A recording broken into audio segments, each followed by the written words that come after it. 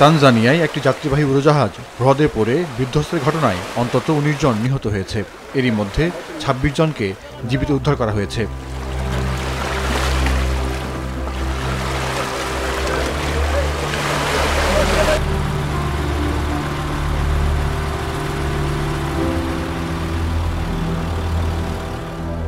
৪৩ আরোহী নিয়ে উত্তর পশ্চিমের শহর বাকুবা এয়ারপোর্টে অবতরণের সময় নিয়ন্ত্রণ হারিয়ে বিমানটি রানওয়ের কাছে একটি হ্রদে পড়ে যায়।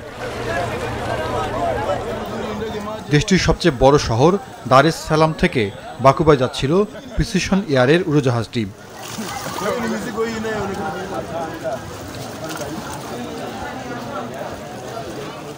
প্রিসিশন এয়ার তানজানিয়ার বৃহত্তম বেসরকারি বিমান পরিবহন সংস্থা।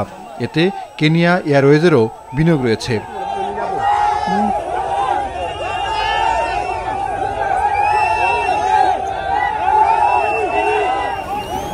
এই দুর্ঘটনার কারণ জানতে তদন্ত চলছে, তবে খারাপ আবহাওয়াকে দোষারোপ করছে কর্তৃপক্ষ।